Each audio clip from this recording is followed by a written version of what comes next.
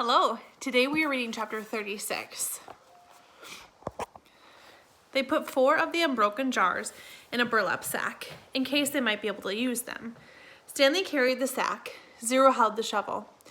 I should warn you, Stanley said. I'm not exactly the luckiest guy in the world.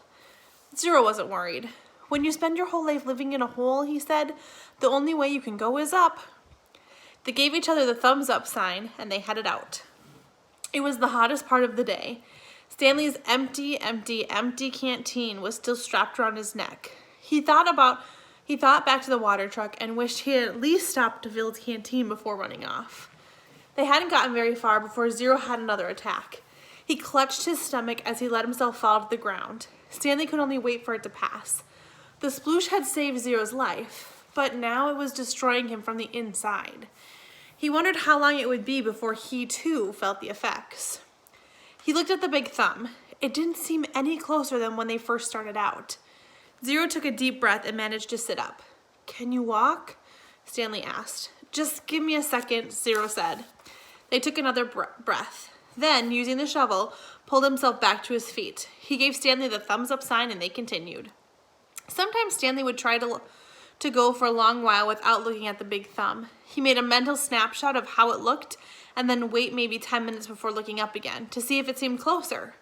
It never did. It was like chasing the moon. And if they ever reached it, he realized, they'd still have to climb it.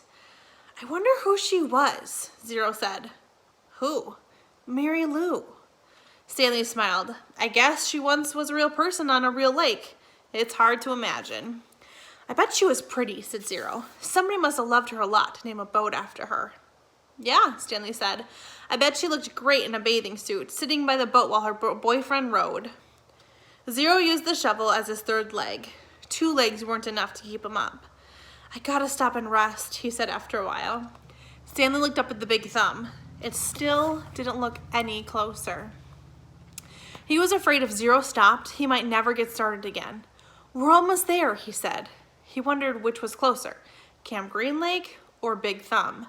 I really have to sit down. Just see if you can go a little. And Zero collapsed.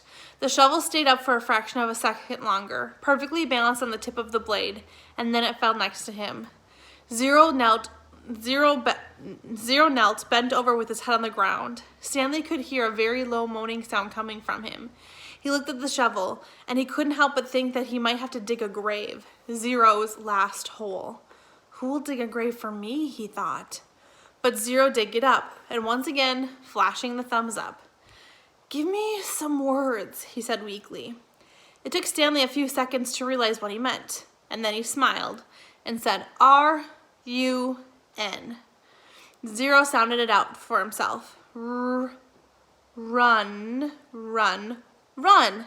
Good. F-U-N. Fun. The spelling seemed to help Zero. It gave him something to concentrate on besides his pain and weakness. It distracted Stanley as well, and the next time he looked up at the big thumb, it really did seem closer. They quit spelling words when it hurt too much to talk. Stanley's throat was dry. He was weak and exhausted, yet as bad as he felt, he knew that Zero was 10 times worse. As long as Zero could keep going, he could keep going too. It was possible, he thought. He hoped that he didn't get any of the bad bacteria. Zero hadn't been able to unscrew the lid. Maybe the bad germs couldn't get in either. Maybe the bacteria were only in the jars that opened easily, the ones he was now carrying in his sack. What scared Stanley the most wasn't his actual death. He figured he could handle the pain. It wouldn't be much worse than what he felt now. In fact, maybe at the moment of his death, he would be too weak to feel pain. Death would be a relief. What worried him the most was the thought of his parents and not knowing what happened to him, not knowing whether he was dead or alive. He hated to imagine what it would be like for his mother and father day after day, month after month, not knowing, living on false hope. For him, at least, it would be over. For his parents, the pain would never end. He wondered if the warden would send out a search party to look for him. It didn't seem likely. She didn't send anyone to look for Zero, but no one cared about Zero. They simply destroyed his files. But Stanley had a family. She couldn't pretend that he was never there. He wondered what she would tell them, and when. "What do you think is up there?" Zero asked. Stanley looked at the top of the thumb. "Oh, it's probably an Italian restaurant," he said. Zero managed to laugh. "I think I'll get a pepperoni pizza and a large root beer," said Stanley. "I want an ice cream sundae," said Zero, "with nuts and whipped cream and bananas and hot fudge." The sun was almost directly in front of them. The thumb point was pointed toward it. They came to the end of the lake. Huge white stone cliffs rose up before them. Unlike the eastern shore where Camp Green Lake situated, the western shore did not slope down gradually. It was as if they had been walking across the flat bottom of a giant frying pan, and now they had to somehow climb out of it. They could no longer see the big thumb. The cliffs blocked their view. The cliffs also blocked out the sun. Zero groaned and clutched his stomach, but he remained standing. "I'm all right," he whispered. Stanley saw a rut, about a foot wide and 6 inches deep, running down the cliff. On either side of the rut were a series of ledges. "Let's try there," he said. It looked to be about a 50-foot climb, straight up. Stanley still managed to hold the sack of jars in his left hand as he slowly moved up from ledge to ledge, crisscrossing the rut. At times, he had to use the side of the rut to support in order to make it to the next ledge. Zero stayed behind him, somehow. His frail body trembled terribly as he climbed the stone wall. Some of the ledges were wide enough to sit on. Others stuck out no more than a few inches, just enough for a quick step. Stanley stopped about 2/3 of the way up on the fairly wide ledge. Zero came along beside him. "Are you okay?" Stanley asked. Zero gave him a thumbs up sign, and Stanley did the same. He looked above him. He wasn't sure how he'd get to the next ledge. It was 3 or 4 feet above his head, and he didn't see any footholds. He was afraid to look down. "Give me a boost," said Zero, "and then I'll help you up with the shovel." "You won't be able to pull me up," said Stanley. "Yes, I will," said Zero. Stanley cupped his hands together, and Zero stepped on his interwoven fingers. He was able to lift Zero high enough for him to grab the protruding slab of rock. Stanley continued to help him from below as Zero pulled himself onto the ledge. While Zero was getting himself situated up there, Stanley attached the sack to the shovel by poking a hole through the burlap. He held it up to Zero. Zero first grabbed hold of the sack and then the shovel. He set the shovel so that half of the blade was supported by the rock slab. The wooden shaft hung down towards Stanley. "Okay," he said. Stanley doubted that this would work. It was one thing for him to lift Zero, who was half his weight. It was quite another thing for Zero to try and pull him up. Stanley grabbed hold of the shovel as he climbed up the rock wall, using the sides of the rut to help support him. His hands moved one over the other up the shaft of the shelf. He felt Zero's hand clasp his wrist. He let go of the shaft with one hand and grabbed the top of the ledge. He gathered his strength for a brief second and seemed to defy gravity as he took a quick step up the wall with Zero's help and pulled himself the rest way over the ledge. He caught his breath. There was no way he could have done that a few months ago. He noticed a large spot of blood on his wrist. It took him a moment to realize that it was Zero's blood. Zero had deep gashes on both hands. He had held on the metal blade of the shovel, keeping it in place as Stanley climbed. Zero brought his hands to his mouth and sucked up the blood. One of the glass jars had broken in the sack, and they decided to save the pieces. They might need to make a knife or something. They rested briefly and then continued up. It was a fairly easy climb the rest of the way. When they reached the flat ground, Stanley looked up to see the sun, the fiery ball balancing on top of the big thumb. God was twirling a basketball. Soon they were walking in a long, thin shadow of the thumb. All right, chapter 37.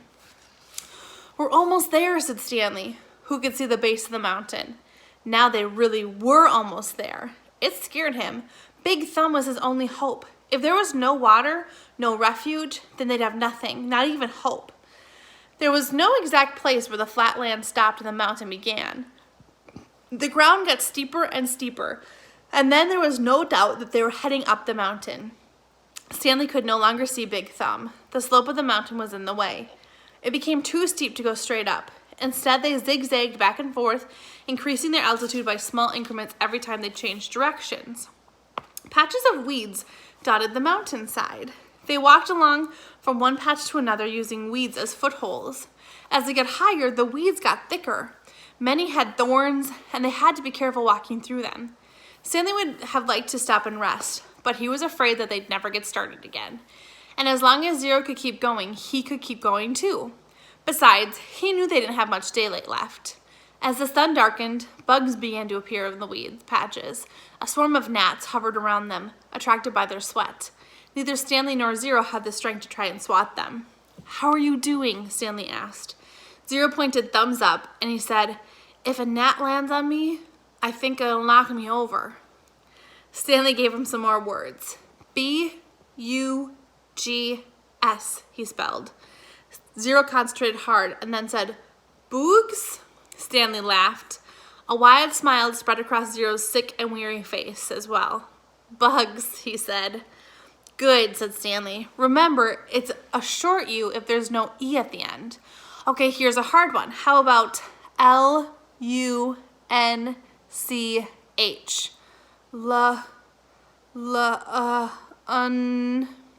Suddenly, Zero made a horribly wrenching noise as he doubled over and grabbed his stomach. His frail body shook violently and threw up, emptying his stomach of the sploosh. He leaned on his hands and took several deep breaths.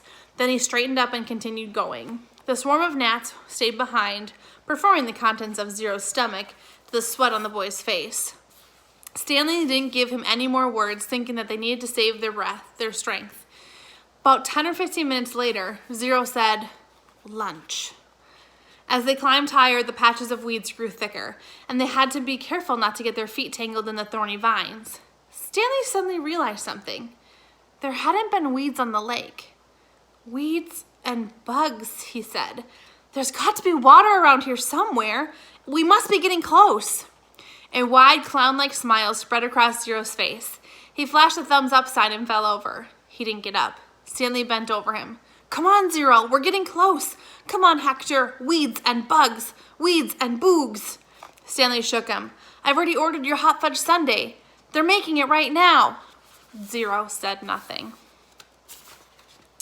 Okay, we'll read one more today, chapter 38.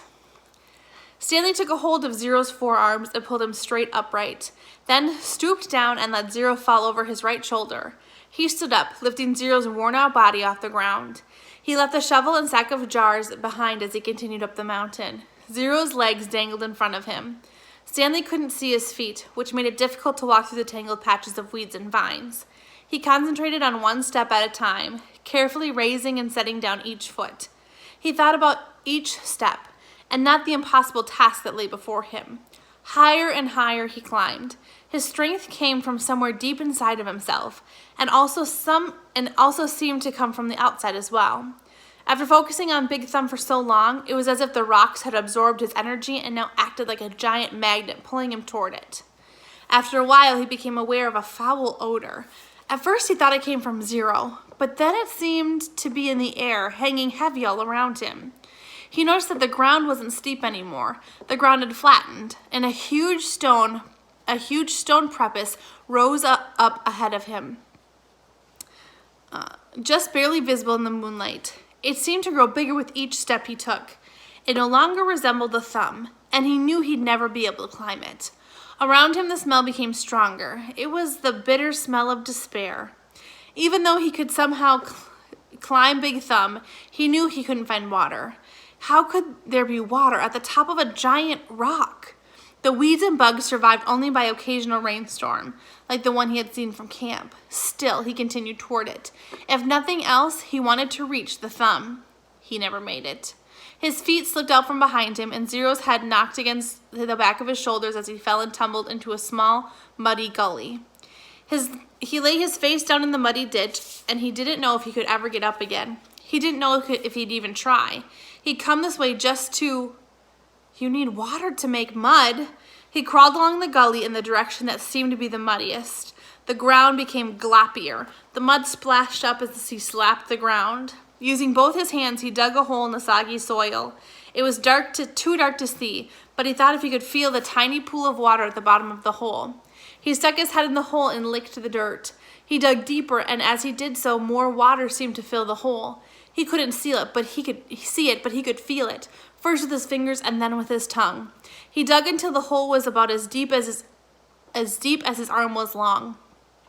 There was enough water for him to scoop out with his hands and drop it on Zero's face.